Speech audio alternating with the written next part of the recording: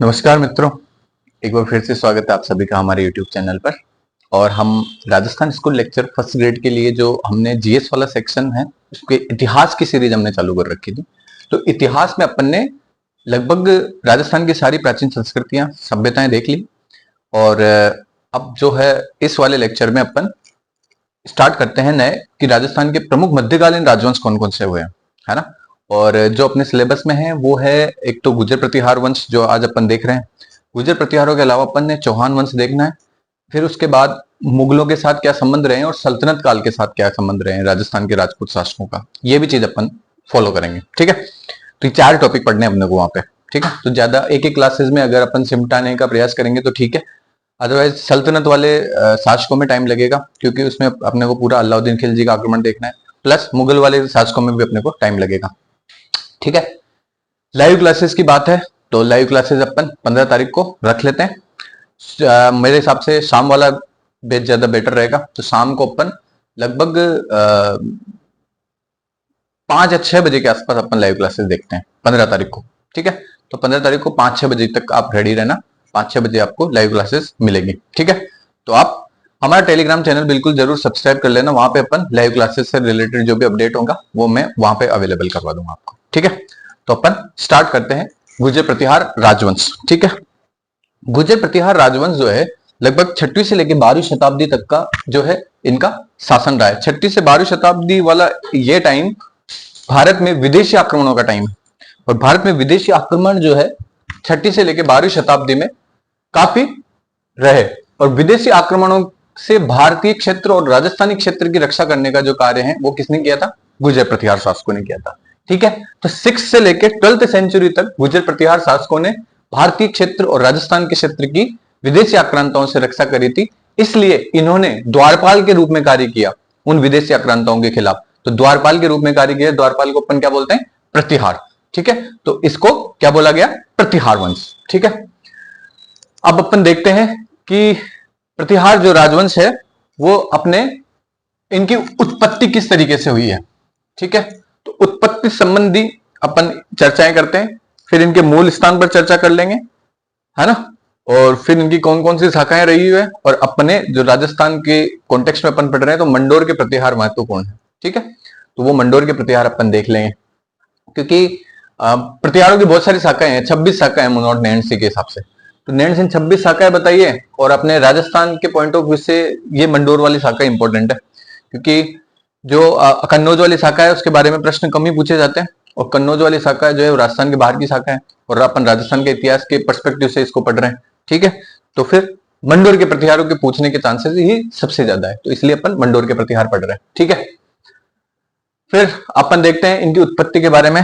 तो इस उत्पत्ति के बारे में 3 जगह पे गुर्जर प्रतिहारों का जिक्र अपने को प्राचीन समय में मिलता है। तो पहला जो स्थान है वो है स्कंद पुराण। स्कंद पुराण में पंच द्रविड़ों में गुर्जर प्रतिहारों को भी शामिल किया गया है। ठीक है, तो स्कंद कौन सा ऐसा प्राचीन ग्रंथ है जिसमें पंच द्रविड़ों में गुर्जर प्रतिहारों को स्थान मिला है? तो वो कौन सा ग्रंथ है? स्कंद पुराण। अभी तक प्रश्न नहीं आया लेकिन भविष्य में आने की संभावना है, इसलिए मैंने यहां मेंशन कर दिया। अब 4 अभिलेखों के नाम आप याद रख लेना जहां पे प्रतिहारों को गुर्जर कहा गया है। प्रतिहारों को गुर्जर कहा गया है किन 4 अभिलेखों में? तो ये 4 अभिलेख है नीलकुंड, राधनपुर, देवली और करडाह। ठीक है, यहां पर इनको क्या कहा गया है? गुर्जर कहा गया है। ठीक है, गुर्जर प्रतिहारों को गुर्जर कहा गया है किस किन में? नीलकुंड में, राधनपुर में, देवली में और करडाह में। ठीक, इसके अलावा गुर्जरों का एक उल्लेख अपने को पुलकेशिन सेकंड के एहोल अभिलेख में भी प्राप्त होता है। एहोल अभिलेख किसके द्वारा लिखा गया था? वो लिखा गया था रवि कीर्ति जैन द्वारा। तो रवि कीर्ति जैन के एहोल अभिलेख में पुलकेशिन सेकंड द्वारा भी गुर्जरों का जिक्र किया जाता है। तो अपन को 3 प्राचीन उल्लेख अपने को गुर्जरों के मिलते हैं। कौन कौन से? एक तो स्कंद पुराण जिसमें पंच द्रविड़ों में गुर्जरों को शामिल किया है। दूसरा, इन 4 अभिलेख नीलकुंड, राधनपुर, देवली और करड़ा में प्रतिहारों को गुर्जर कहा गया है। और एक एहोल अभिलेख में पुलकेशिन सेकंड वाले में। ठीक है, ये चीजें आप याद रख लेना क्योंकि सोर्सेज के रूप में अगर वो पूछेंगे तो ये 3 चीजें पूछेंगे। फिर अपन ने तो देख लिया कि इनको प्रतिहार बोला गया है अपने ग्रंथों में। ठीक है, लेकिन बाहर वाले लोग इनको क्या बोल रहे हैं इसके बारे में भी अपने को जानकारी होनी चाहिए। तो जब चीनी यात्री वेनसांग यहां पर आया था, उन्होंने देखा एक गुर्जर प्रतिहार शासक यहां पे है, तो उसने गुर्जर प्रतिहारों को किस नाम से उल्लेख किया? कुचेलो। तो कुचेलो नाम से गुर्जर प्रतिहारों को उल्लेख करने वाला विदेशी यात्री कौन था? विदेशी यात्री था वैनसांग। तो वैनसांग की जो बुक है उसका नाम है सी यू की। क्या नाम है उसका? सी यू की। पिछली बार भी पूछा था, आप किसी ने कमेंट सेक्शन में जवाब नहीं दिया। ठीक है, तो वैनसांग की जो पुस्तक है उसका नाम है सी यू की। फाइयान की पुस्तक का नाम है फोक यू की। ठीक है, या इसको बोलते हैं फोका यू की। ठीक है, अब भारत में बहुत सारे अरब यात्री भी आए गुर्जर प्रतिहारों के समय में। विशेषतः दो नाम बहुत लोकप्रिय रहे हैं, आप दोनों नाम याद रख लेना, एक तो सुलेमान और एक आता है अपना अल मसूदी।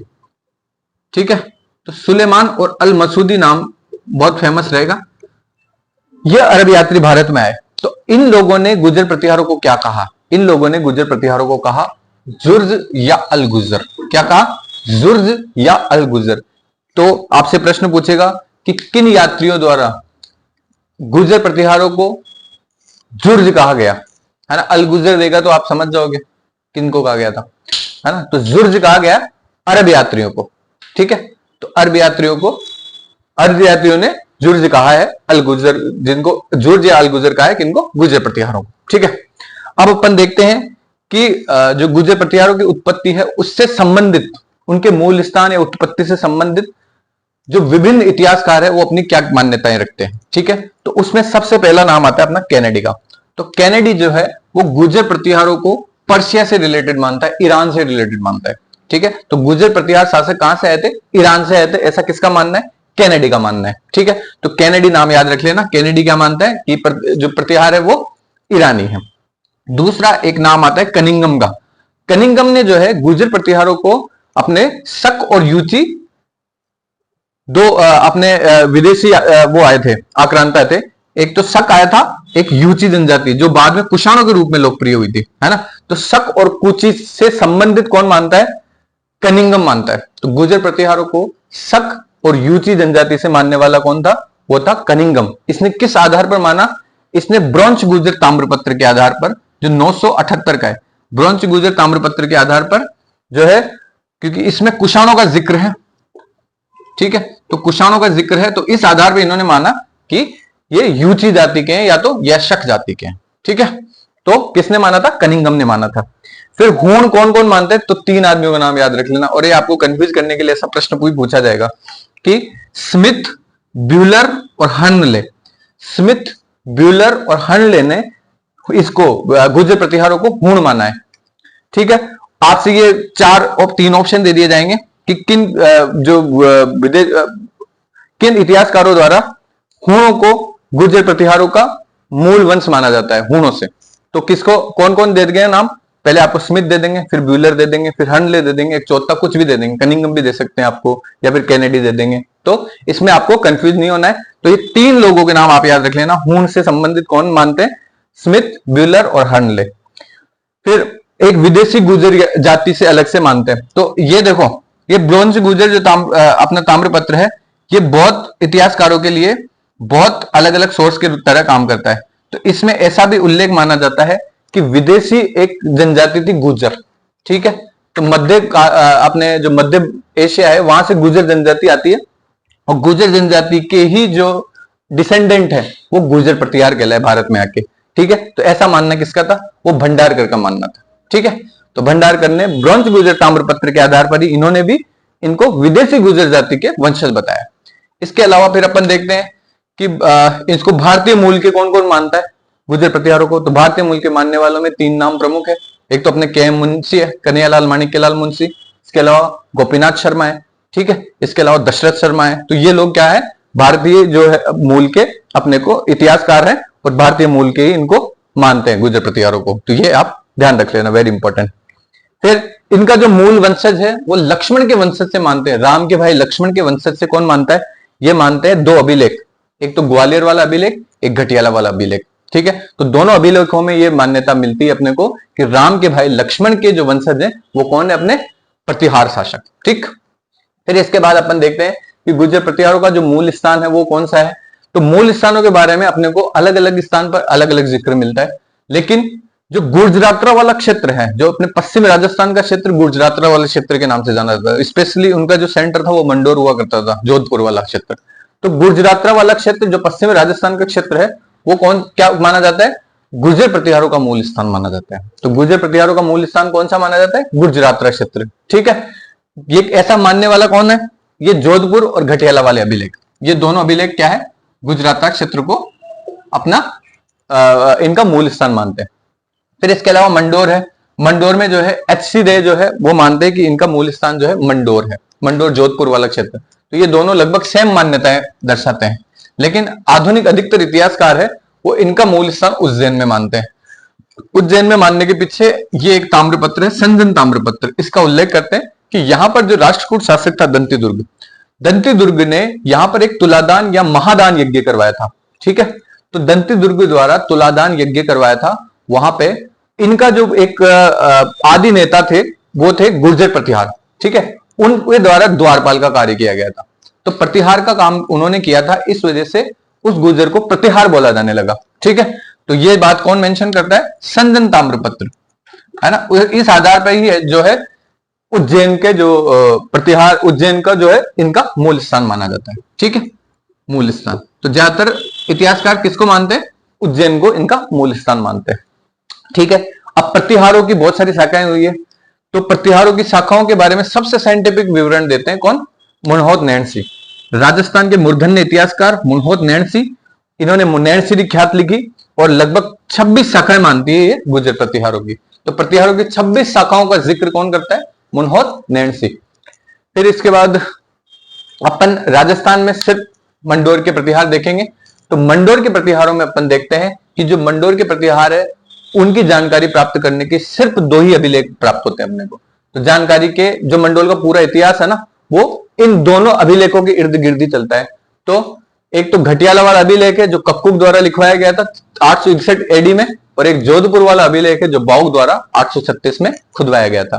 तो ये 2 अभिलेख है वो महत्वपूर्ण है, वेरी इंपॉर्टेंट है, आप ये याद रख लेना। और सोर्सेज के तौर पे अगर मंडोर के इतिहास में पूछेंगे ना कि मंडोर के प्रतिहारों के जानकारी के प्रमुख स्रोत कौन कौन से हैं, तो इन दोनों के अलावा तीसरा नाम आपको दिखेगा नहीं। तो ये 2 ही महत्वपूर्ण स्रोत हैं और ये 2 ही एकमात्र स्रोत है जिनसे ये अपने को पूरी जानकारी प्राप्त हो रही है। ठीक है, अब अपन देखते हैं इनमें कौन कौन से राजा थे। तो पहला अपने को राजा प्राप्त होता है हरिश्चंद्र। ठीक है, तो फर्स्ट जो इनका आदि पुरुष जिनको अपन कहते हैं ना, तो ये हरिश्चंद्र जो है इनके आदि पुरुष हैं। क्या है इनके? आदि पुरुष। तो प्रतिहारों का आदि पुरुष किसे कहा जाता है? वो है एक ब्राह्मण हरिश्चंद्र। ठीक है, इस ब्राह्मण हरिश्चंद्र ने योग आदि विद्या में, योग में और वेदों में बहुत बड़ा नाम किया था, इसलिए इसको रोहिला सिद्ध कहा जाता है। क्या कहा जाता है? रोहिला सिद्ध। तो रोहिला सिद्ध या हरिश्चंद्र दोनों में से कोई भी नाम आ जाए तो वो मंडोर के प्रतिहारों का आदि पुरुष कहलाता है। ठीक है, तो मंडोर के प्रतिहारों का आदि पुरुष रोहिला सिद्ध, उसने 2 शादियां करी थी। 2 शादियां करी थी, एक तो ब्राह्मण कन्या से शादी करी, उससे जो वंशज पैदा हुए उनको ब्राह्मण प्रतिहार कहा गया। दूसरी एक क्षत्रिय कन्या थी जिसका नाम था भद्रा, भद्रा से जो विवाह किया उससे क्षत्रिय प्रतिहार पैदा हुए। तो भद्रा, आप ये नाम याद रख लेना थोड़ा सा। तो भद्रा से जो है क्षत्रिय प्रतिहार जो है वंश की नींव रखी गई। तो भद्रा के क्या है? 4 बेटे हुए, 4 बेटे हुए। उनका नाम था भाग भोग भट्ट, कदल, रज्जिल और दद्द। क्या क्या नाम थे? भोग भट्ट, कदल, रज्जिल और भट्ट दद्द। ठीक है, तो इन चारों ने मिलकर क्या है? मंडोर वाला क्षेत्र जीत लिया। मंडोर पर राजनीतिक अधिकार स्थापित करने वाले प्रतिहार शासक कौन है? तो अगर कोई ऑप्शन, चारों ऑप्शन आ जाए तो ठीक है, या फिर ज्यादातर ऑप्शन में आता है रज्जिल। ठीक है, तो मंडोर पर जो प्रतिहार विजय है वो रज्जिल द्वारा प्रारंभ की गई थी। तो वैसे चारों के नाम भी आ जाते हैं कभी कभी, एक रज्जिल अकेला नाम आ जाए तो रज्जिल भी आप लगा सकते हैं। ठीक है, क्योंकि ये तीसरा नंबर का भाई था। ठीक है, भोग भट्ट सबसे बड़ा था, फिर कदल था, फिर रज्जिल था, फिर दद्द था। तो तीसरा भाई था, और इन्हीं की जो पीढ़ी है, रज्जिल की जो पीढ़ियां हैं, वही बाद में मंडोर के प्रतिहार के शासक बनते हैं। ठीक है, तो रज्जिल का पोता था नागभट्ट फर्स्ट। तो प्रतिहार ब्रांच में अगर कोई पहला प्रतापी शासक हुआ है वो कौन हुआ है? नागभट्ट फर्स्ट। नागभट्ट फर्स्ट रज्जिल का पौत्र था। ठीक है, नागभट्ट फर्स्ट ने क्या किया? अपनी राजधानी मेड़ता स्थानांतरित कर दी। ठीक है, तो मंडोर के किस प्रतिहार शासक ने अपनी राजधानी मेड़ता को बनाया? तो वो शासक कौन था? नागभट्ट फर्स्ट। ठीक है, अच्छा एक ऐसा ही, क्योंकि भीनमाल वाले अपने कभी कभी प्रश्न पूछ ले भीनमाल में, तो भीनमाल में भी एक नागभट्ट फर्स्ट आता है, उसने भीनमाल को राजधानी बनाया था, है ना। तो जालोर के जो प्रतिहार है वैसे पढ़ेंगे कि बहुत एक ही लाइन उसमें से प्रश्न बनती है, वही जो मैं अभी बता दे रहा हूं आपको, है ना। तो जालोर का भी एक शासक हुआ था नागभट्ट फर्स्ट। उस जालोर के नागभट्ट फर्स्ट द्वारा जो है अपन देखते हैं कि भीनमाल को राजधानी बनाया गया। तो भीनमाल को राजधानी बनाने वाला भी नागभट्ट फर्स्ट था, लेकिन ये मंडोर वाला नागभट्ट फर्स्ट नहीं था। वो कौन सा था? अपने जालोर वाला नागभट्ट फर्स्ट, ये ध्यान रख लेना, ठीक। इसके अलावा फिर नागभट्ट फर्स्ट की एक बेगम थी, या अपने उनके एक वाइफ थी, पत्नी थी। उन पत्नी का नाम था वज्जिका देवी। तो नागभट्ट फर्स्ट की जो वाइफ थी वज्जिका देवी, उनके 2 पुत्र प्राप्त हुए उनसे। कौन कौन? एक तो तात, एक भोज, ठीक है। तात जो थे वो शुरू से आध्यात्मिक प्रवृत्ति वाले व्यक्ति थे, लेकिन बड़े होने के कारण इनको राजा बना दिया गया, लेकिन इनका राजकार्य में मन नहीं लगता था। तो ये एकमात्र राजस्थान के ऐसे शासक हुए हैं जिन्होंने राजा रहते हुए भी अपने आप को सन्यासी वेश में धारण करके सन्यासी बन गए और जंगलों में जाके तपस्या प्रारंभ कर दी, और राजकाज का सारा कार्य अपने छोटे भाई भोज को थमाकर ये चले गए, ठीक है। तो राजस्थान के किस शासक द्वारा सन्यासी पद धारण कर दिया गया राजकार्य में रहते हुए? ये था तात, ठीक है। वो किसको ट्रांसफर करके जाता है राजकाज का कार्य? अपने भाई भोज को, ठीक है। तो ये भी ऐसा प्रश्न आपसे पूछा जा सकता है, ठीक है। तो तात सन्यासी बन गया था और भोज को वो राजा बना के चला गया। फिर इस पीढ़ी में आते हैं, 10वीं 12वीं पीढ़ी में जाके फिर शिलूक आते हैं, है ना। तो शिलूक द्वारा एक तरीके से मंडोर के जो प्रतिहार थे उनका साम्राज्यवादी युग चालू हो रहा है शिलूक से, ठीक है। तो शिलूक ने जो क्या किया, वल्ल मंडल वाला क्षेत्र है वहां पे देवराज भाटी को हराया। तो देवराज भाटी वाला जो है ये प्रश्न भी आपसे पूछा जाता है, ठीक है। तो किस शासक द्वारा देवराज भाटी को हराया गया? वल्ल मंडल का राजा था देवराज भाटी, भाटी वंश का शासक था, ठीक है। तो शिलूक द्वारा जो है उसको हराया गया था देवराज भाटी को, और वहां पर भी जो है प्रतिहारों का बोलबाला इन्होंने बढ़ा दिया। शिलूक के जो है 2 बेटे हुए थे, एक तो हुआ था बाउक, एक हुआ था कक्कुक, ठीक है। बाउक और कक्कुक दोनों अपने पिता की तरह साम्राज्यवादी थे, ठीक है। तो बाउक जो है उसने जो है ये, अब प्रश्न आपसे ये पूछा जाएगा क्योंकि बहुत अजीब अजीब से प्रश्न आ रहे हैं आजकल कि बहुत छोटे छोटे युद्धों को भी वो पूछ लेता है, ठीक है। तो एक युद्ध का नाम याद रखें आप, भोकुपा के युद्ध, ठीक है। भोकुपा के युद्ध में बाउक द्वारा वहां के जो राजा थे मयूर, उसको परास्त किया जाता है। तो भोकुपा के युद्ध में राजा मयूर को परास्त करने का काम किसने किया था? बाउक ने, ठीक है। तो ये बाउक और भोकुपा का युद्ध वेरी इंपॉर्टेंट है, याद रख लेना, क्योंकि नए जो प्रश्न बन रहे हैं ना उसमें ऐसे छोटे छोटे युद्धों को बार बार पूछा जा रहा है। तो भोकुपा का युद्ध याद रख लेना। फिर 837 एडी में जोधपुर प्रशस्ति इन्होंने खुदवाई थी। तो 836-37 में जोधपुर जो प्रशस्ति है वो किसने खुदवाई थी? वो अपने बाउक द्वारा खुदवाई गई थी, ठीक है। जोधपुर प्रशस्ति है वो, उसके बारे में अपन देखते हैं कि जो मंडोर का जो विष्णु मंदिर है ना वो वहां पर लगी हुई थी, लेकिन बाद में किसी कारणवश वहां से किसी श्रमिक द्वारा, किसी सामान्य जन द्वारा या फिर किसी विशिष्ट व्यक्ति द्वारा वो प्रशस्ति संरक्षण के तौर पे जोधपुर का दुर्ग जब परकोटा बन रहा था तो उस परकोटे में लगवाई गई थी। कौन सी ऐसी प्रशस्ति है जो अपने मूल स्थान पे ना होकर जोधपुर दुर्ग के परकोटे पे रखी गई है? वो कौन सी प्रशस्ति है? अपने बाउक द्वारा जोधपुर, जिसको अपन पहले मंडोर प्रशस्ति बोला जाता था, अब जोधपुर प्रशस्ति कहलाती है वो, ठीक है। तो बाउक का अभिलेख या बाउक की प्रशस्ति, ठीक है। फिर इसका भाई, जब बाउक रहता नहीं है तो बाउक के बाद उसका भाई बनता है कक्कुक। कक्कुक ने क्या किया था, जो बड़नायल क्षेत्र है, बड़नायल क्षेत्र में भीलों की बस्तियों को जलाकर शांति स्थापना की थी।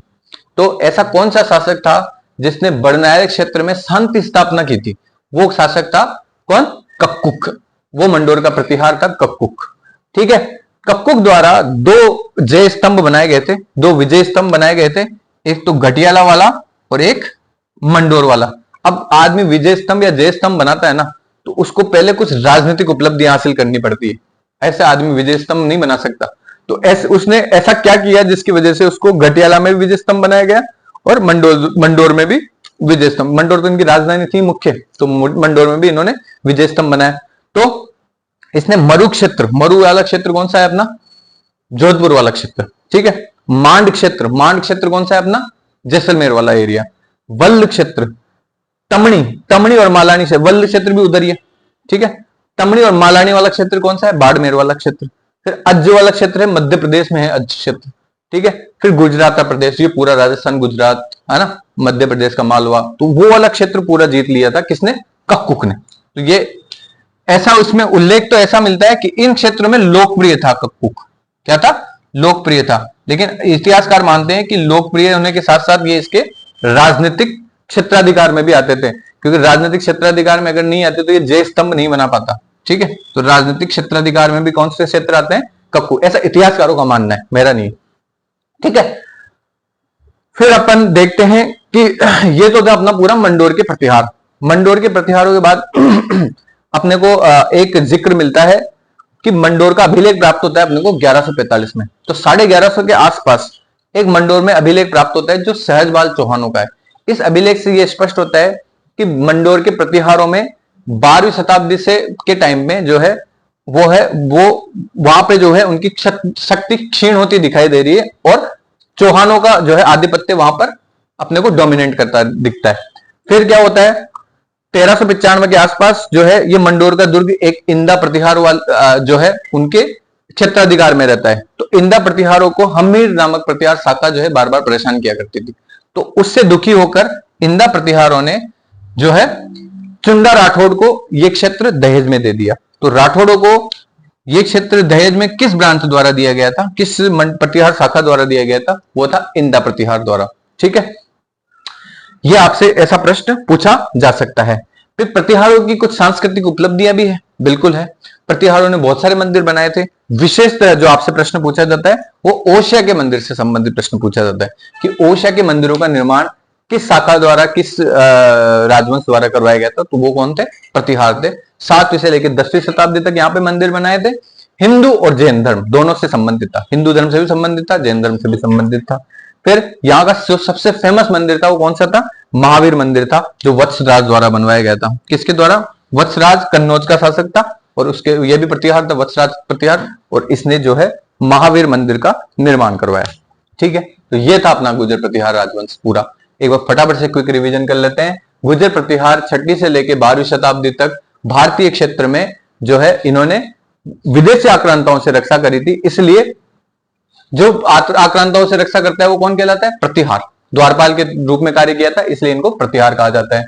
इनकी जो उत्पत्ति है वो स्कंद पुराण के हिसाब से इन्होंने जो है पंच द्रविड़ों में इसको स्थान दिया गया है। नीलकुंड, राधनपुर, देवली, करड़ा में गुर्जर जो प्रतिहार शासक है उनको गुर्जर कहा गया है।